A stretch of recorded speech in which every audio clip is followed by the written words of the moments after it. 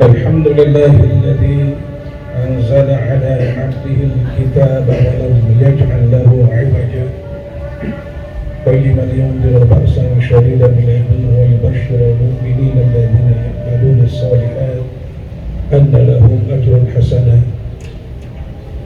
أشهد أن لا إله إلا الله وحده لا شريك له وأشهد أن محمدا عبده ورسوله لا نبي بعده. اللهم صل وسلم وبارك على نبينا الكريم سيدنا محمد وعلى آله وأصحابه ومن تبعهم بإحسان إلى يوم القيامة. أما بعد،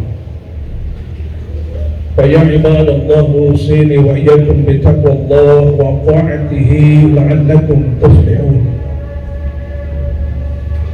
Hadirin sidang Jumat yang dirahmati dan dimuliakan Allah Subhanahu wa taala. Alhamdulillah wa syukurillah, kita masih diberi kesempatan untuk hadir pada Jumat ini dalam rangka melaksanakan perintahnya sholat Jumat, dan mudah-mudahan kita terus disinari dengan hidayah taufik dari Allah Subhanahu wa taala, sehingga langkah kaki kita, segala urusan kita dimudahkan dan dilancarkan, disehatkan badan kita, disukseskan cita-cita kita, dan selalu dibahagiakan hidup kita, lahir dan batin kita, hingga mendapatkan balasan yang terindah nanti di yaumil akhir, di akhirat kelak, balasan syurganya insyaallah. Juga kita senantiasa bersolawat kepada baginda Nabi besar Muhammad sallallahu alaihi wasallam, dan diberi kemampuan secara terus menerus untuk beriktibar mengikuti kepada sunnah beliau. Hadirin sidang Jumat yang berbahagia, khatib telah membacakan 2 ayat di awal terkait dengan surat Al-Kahfi, bahwa intinya surat Al-Kahfi ini dianjurkan oleh Rasulullah SAW dibaca setiap hari Jumat. Dan memang kalau kita pelajari isi kandungannya sangat luar biasa, terutama menjelang kehidupan di akhir zaman. Karena terkait dengan surat Al-Kahfi ini, kita melihat ada 4 kandungan makna di dalamnya yang perlu kita dalami dan dijadikan sebagai pedoman hidup kita di akhir zaman. Bahwa yang pertama disebutkan ada sekelompok pemuda yang diselamatkan dari penguasa zalim yang bernama Dicyanus pada saat itu, yang kemudian masuk ke dalam gua. Dan ini menarik karena gua Al-Kahfi ini letaknya di Jordania, Aman Jordania, dan itu guanya sangat terbuka, tapi tidak tampak, tidak kelihatan oleh tentaranya Dicyanus. Nah, ini menarik, ini catatan tersendiri, sehingga ini bisa dikorelasikan dengan sebuah ayat dalam surat Yasin, yang ketika Rasulullah SAW berhijrah ke Madinah itu dalam kondisi yang tidak kelihatan dan tidak tampak oleh orang kafir, dan orang kafir pada saat itu tertidur pulas. Dan memang ini adalah rencana Allah Subhanahu wa taala. Kita diajarkan pada Rasulullah doa, wa ja'alna min baini aydihim sadda wa min khalfihim saddan fa aghshaynahum fa hum la yubsirun. Jadi Allah butakan mata mereka, gaibkan Rasulullah SAW dari pandangan dan penglihatan mereka sehingga tidak tampak, tidak terlihat oleh mereka, dan kemudian Allah selamatkan Rasulullah dan sebagian para sahabat yang mengikutinya dari kejaran kaum Quraisy pada saat itu. Namun pada saat kita di akhir zaman nanti, ini menarik untuk mengkaji tentang Al-Kahfi ini, karena 7 pemuda masuk ke dalam gua tidak tampak, tidak bisa dilihat oleh tentara yang Dicyanus. Maka kenapa Rasulullah SAW menganjurkan man qara'a ay man hafidha surat al-kahfi atau asyra ayat min surat al-kahfi, siapa yang menghafal, siapa yang membaca 10 ayat pertama dari surat al-kahfi, ay akhiruha atau 10 ayat terakhir, isma min ad-dajjal atau isbatun min ad-dajjal, dia akan terlindungi dari fitnah dajjal. Dan ada satu kesimpulan seorang ulama menyatakan bahwa bila mana ini kita rutinkan, kita dawamkan, bahkan menjadi wirid, bukan hanya hari Jumat, setiap hari kita wiridkan 10 ayat pertama dan 10 ayat terakhir, maka rumah-rumah kita, anak-anak kita, keluarga kita itu akan terlindungi dari fitnah dajjal. Pada saat dajjal turun nanti ke muka bumi ini dengan membawa fitnah yang luar biasa, sehingga banyak orang terjebak, terjerumus, bahkan sebagian besar manusia menjadi pengikutnya dajjal. Dan dajjal ini adalah pembohong besar. Sebagaimana Rasulullah SAW menyatakan dalam salah satu ayat, dalam salah satu hadis, "Alasun kadzabuna dajjaluna." Maka nanti di akhir zaman itu akan muncul 30 pendusta, dan mereka mengaku sebagai nabi-nabi, dan mereka itu adalah nabi-nabi palsu.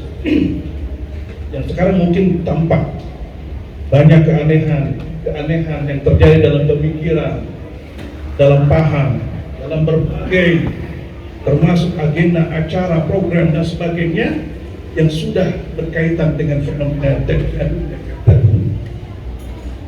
Hadirin rahimakumullah, makanya kita harus bahkan mewajibkan diri kita untuk mendawamkan surat Al-Kahfi. Kalau bisa tiap hari 10 ayat pertama dan 10 ayat terakhir.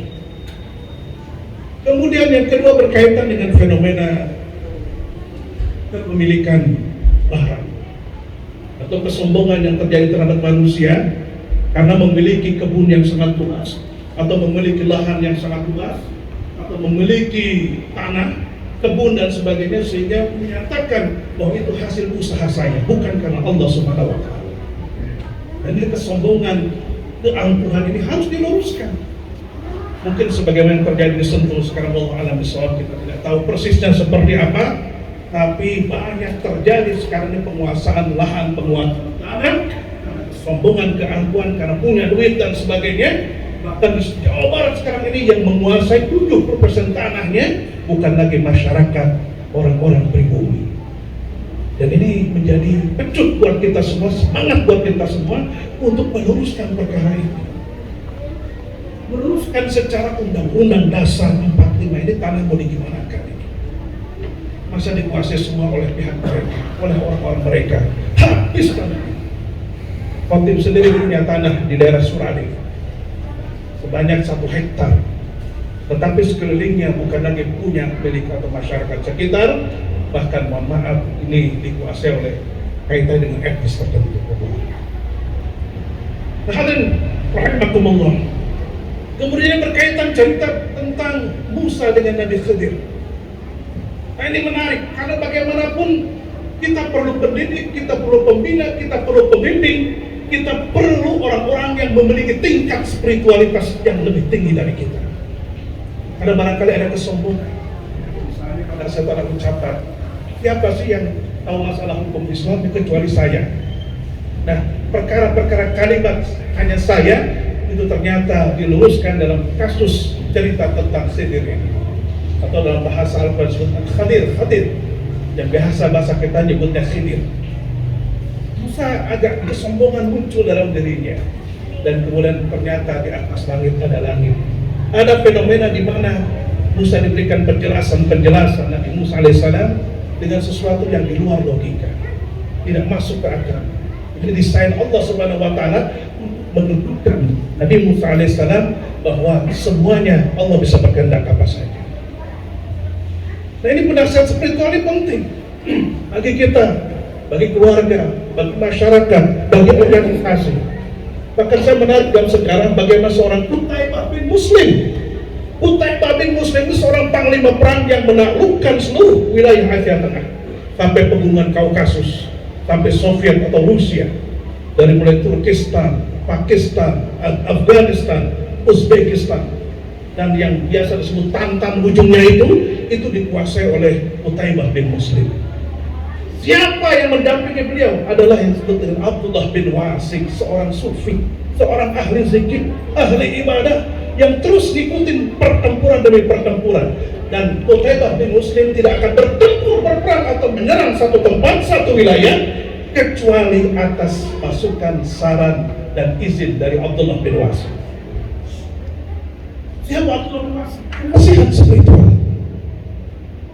Dan aku kata Qutaibah, aku lebih menyukai ketika Qutaibah bin Muslim ternyata dia ada di garda terdepan tempurnya itu, bukan di belakang. Ini ulama di depan, di pojok sebelah kanan sambil mengacungkan tumbaknya, dan kalau tumbaknya sudah dinaik ke atas berarti itu tanda serangan harus dimulai. Itu seorang penasihat spiritual bernama Abdullah bin Wasik yang kemudian mendampingi sepanjang hidupnya kepada Qutaibah bin Muslim. Termasuk Muhammad Al-Fatih, menaklukkan Konstantinopel. Itu pasti nasihat spiritual. Dan ternyata memang gak berulang. Ada seorang guru yang terus mendidiknya secara wahya, dibangkitkan semangatnya. Dan Muhammad Al-Fatih dari kecil atau sejak dia umur dewasa balik tidak pernah ketinggalan sholat malam, sholat tahajud. Bahkan pasukan yang penuh terdepannya dia pilih orang-orang yang ahli tahajud. Kenapa?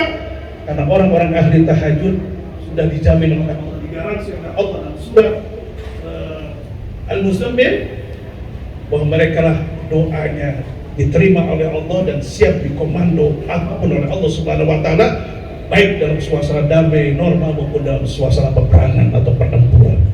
Itu yang ahli sholat tahajud, ahli ibadah atau sholat malam. Ini cerita yang ketiga tentang Al-Kahfi. Dan yang keempat terkait dengan Zulkarnain yang kemudian menaklukkan yang disebut dengan Ya'juj dan Ma'juj pada saat itu. Tapi di cerita memang banyak sekali beredar tentang Zulkarnain, tetapi pada intinya Zulkarnain itu satu istilah. Ada orang yang menyebut Zul itu adalah pemilik, Qarnain itu dua kepala rambut, atau juga Zulkarnain ini orang yang memiliki dua tanduk seperti Viking yang dia menguasai dari negeri-negeri bagian timur sampai negeri-negeri bagian barat. Dan ini pelajaran buat kita. Tanda dua kepang Zulkarnain bagi kita umat Islam saat ini adalah dua pedoman yang harus kita pegang kalau kita ingin seperti Zulkarnain menguasai dunia. Apa dua pedoman yang kita pegang? Taraktu fikum amrayni ma in tamassaktum bihima abadan. Aku meninggalkan dua perkara kepada kalian, dan kalian bila memegang erat dua perkara tersebut, maka kalian akan diselamatkan selama-lamanya. Tidak akan kesesatan menimpa. Apa itu? Al-Quran, Sunnah Rasulullah SAW. Quran dan Sunnah atau Sunnah Rasul yang harus kita pegang dua-duanya. Seperti Zulkarnain bisa menaklukkan kekuasaan dengan memegang dua pahaman ini. Pedoman ini insya Allah umat Islam akan tinggi memegang kehidupan peradaban di dunia, dan ini sudah dijanjikan oleh Allah Subhanahu wa taala. Jadi para jamaah sekalian, ini juga berkaitan dengan hadis Rasulullah SAW terkait dengan al-ghuraba. Al-fata fityatun yang disebut al-kahfi itu, atau kelompok pemuda al-kahfi itu, mereka itu adalah orang-orang al-ghuraba di zamannya. Kenapa? Karena tidak mau tunduk kepada penguasa zalim, yang mereka penguasa zalim itu justru memalingkan akidah mereka, menyembah kembali berhala, padahal mereka sudah beriman kepada Allah Subhanahu wa taala. Disimpangkan kembali, disesatkan kembali. Maka bila terjadi demikian, dia akhirnya bergerak lalu kemudian berpindah tempat, berhijrah. Namun di perjalanan kemudian diselamatkan oleh Allah Subhanahu wa taala 309 tahun ditidurkan di sebuah gua Al-Kahfi di Aman Jordania. Ini terkait dengan Al-Ghuraba. Maka Rasulullah menyatakan ada 5 Al-Ghuraba ini tandanya. Yang pertama ada alladzina yuhyuna ma amatan nas min sunnati. Orang-orang yang menghidupkan sunnah dikala manusia justru mengubur, memadamkan sunnah. Yang kedua, alladzina yuslihuna inda fasadin nas. orang-orang yang memperbaiki situasi dan kondisi zamannya pada saat orang justru melakukan pengrusakan peradaban terutama. Apa yang kemudian dalam ayat Al-Quran disebutkan, mereka ini selalu dituduh misalnya orang-orang yang berbuat kerusakan, padahal mereka berbuat yang baik-baik. Sebaliknya ada orang yang merasa dirinya membangun peradaban, padahal justru merusak kehidupan. Kalau sudah keluar dari iman, itu tidak lagi ada peradaban. Peradaban tabaddun itu hanya ada dalam Islam, karena dengan bingkai Al-Quran wal hadis atau Al-Quran dan Sunnah. Peradaban Rasulullah mana ada bangunan hebat, gedung-gedung tinggi, tidak ada. Tapi kualitas kehidupan, kebahagiaan, sakinah, mawaddah, warahmah itu terasa sekali dalam kehidupan di zaman Rasulullah SAW, meskipun mereka dalam kondisi miskin, apa adanya, fakir dan sebagainya. Nah ini yang kedua, alladzina yuslihuna 'inda fasadin, berbuat islah dikala orang banyak merusak kehidupan. Yang ketiga, unasun salihuna qalilun fi su'in nasin may yahsin aktsaru mimma yuti'uhum. Orang-orang yang berbuat baik, sekelompok manusia terus berupaya berbuat baik, berbuat positif, menegakkan kehidupan, menegakkan amar ma'ruf nahi munkar, bangun peradaban yang penuh dengan kesalehan. Di tengah justru terjadinya kerusakan moralitas, degradasi moral di tengah masyarakat. May yahsihim, orang yang menentang kelompok ini aksar, lebih banyak mimma yuti'uhum, daripada orang-orang yang menjadi pengikutnya. Dan mereka lah kelompok orang-orang yang barangkali saat ini dilaporkan, dipenjarakan, dan dilakukan atau perbuatan-perbuatan yang dianggap penistaan agama, segala macam.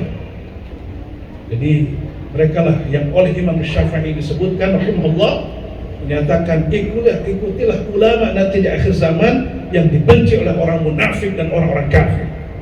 Kelompok inilah unasun salihuna qalilun fi su'in nasin mimman aksabu majahsin aksaru mimman yuti'u. Kemudian yang keempat kata Rasulullah, at-tuza'u lil qabail, orang yang berupaya untuk mengislahkan semua kelompok-kelompok. Jadi dia tidak tegak berdiri dengan asabiyah, tidak, tapi dia justru merangkul kelompok-kelompok yang lain untuk bergerak bersama demi tegaknya kalimatullah di muka bumi ini. Jadi mereka selalu membangun kuat Islamnya. Dan yang terakhir, yang kelima kata Rasulullah disebut dengan al-dharabah itu al-aqya, al-ahfiya, al-abil, orang yang sangat disiplin dalam ketakwaan, kemudian orang yang sangat baik, dan orang yang sangat dermawan. La khaufun alaihim wa lahum yahzanun, mereka tidak takut, tidak khawatir terhadap apapun yang terjadi, yang dihadapinya. Mereka semata-mata berlindung hanya kepada Allah saja. Balasan terbaik hanya datang dari Allah, dan insya Allah di akhirat kelak kita akan dibalas oleh Allah sesuai dengan amal perbuatan kita di dunia. Dan orang nanti akan kecewa, akan menyesal. Kenapa saya tidak banyak sholat? Kenapa saya tidak berjuang dengan mempertahankan Islam? Kenapa saya tidak bergerak untuk meningkatkan kualitas iman kita, ukhuwah kita, berjuang? Nanti akan menyesal. Karena ternyata amal soleh bisa ditampakkan orang-orang yang telah berhasil, yang disebutkan an-nabiyyin was-siddiqin was-syuhada'i was-salihin. Itu disebut orang-orang diberikan nikmat oleh Allah. An'amta 'alaihim minan nabiyyin was-siddiqin was-syuhada'i was-salihin. Allah akan tunjukkan nanti di akhirat kelak amal-amal terbaik manusia dengan balasan-balasan yang terindah. Hadirin yang rahimakumullah, mudah-mudahan khutbah yang singkat ini memberikan pencerahan kepada kita bahwa sekarang sudah akhir zaman. Dawamkan, wiridkan surat Al-Kahfi ini, 10 ayatin awwaluha ay akhir, 10 ayat pertama dan 10 terakhir, karena ini hadis sahih semuanya terkait dengan anjuran membaca surat Al-Kahfi. Dan yang kedua, umat Islam dulu sampai sekarang dimenangkan oleh para pemuda. Mus'ab bin Umair muda, Ali bin Abi Thalib sangat muda. Siapa lagi itu? Banyak lagi. Abdullah bin Mas'ud, kemudian Sa'ad bin Abi Waqqas, itu adalah generasi sahabat yang umurnya usia rata-rata 20 tahun, bahkan di bawah usia 20 tahun. Dan mereka luar biasa menjadi penegak-penegak kalimatullah di muka bumi, dan dicatat sebagai para mujahid, para syahid di zamannya. Kita pun harus seperti itu, insya Allah. banyak ilham, banyak hal yang patut kita dalami dari perkara Al-Quran, khusus surat Al-Kahfi ini, sehingga kita memberikan efek luar biasa untuk kehidupan kita di masa yang akan datang. Aqulu qouli hadza fastaghfiruh innahu huwal ghafurur rahim.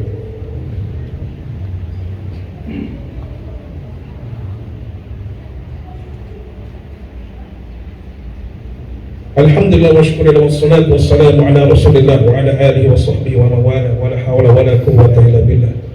Asyhadu an la ilaha illallah wahdahu la syarika lahu wa asyhadu anna Muhammadan abduhu wa rasuluh. Allahumma shalli ala Muhammadin wa ala alihi wa ashabihi ajma'in. Hadirin sekalian jemaat yang dimuliakan Allah Subhanahu wa taala, mari kita senantiasa mendekat taqarrub kepada Allah, mensyukuri nikmat Allah. Nikmat yang terbesar bagi kita adalah nikmat Islam. Bagaimana dulu Islam dijayakan oleh para mu'alaf, karena dulu Nabi mengajak sahabat-sahabat yang terbaru masuk Islam. Dan mungkin juga di akhir zaman banyak para mu'alaf yang hadir tengah-tengah kita untuk menjayakan kembali tegaknya Islam di bumi Allah ini. Dan termasuk kita Islam yang sudah sejak lama harus semakin meningkatkan kapasitas dan kualitas keimanan kita. Banyak berdoa, banyak berzikir, banyak beribadah, banyak beramal, banyak bersedekah dan sebagainya. Itulah catatan amal kita yang nanti insya Allah akan dibuka di akhirat kelak sebagai amal-amal yang terbaik dengan balasan-balasan terindah. Mudah-mudahan termasuk kita yang masih muda harus lebih banyak giat lagi untuk membela kepentingan-kepentingan agama di atas kepentingan-kepentingan yang lain. Inna Allaha wa malaikatahu yusholluna 'alan nabi ya ayyuhalladzina amanu shallu 'alaihi wa sallimu taslima.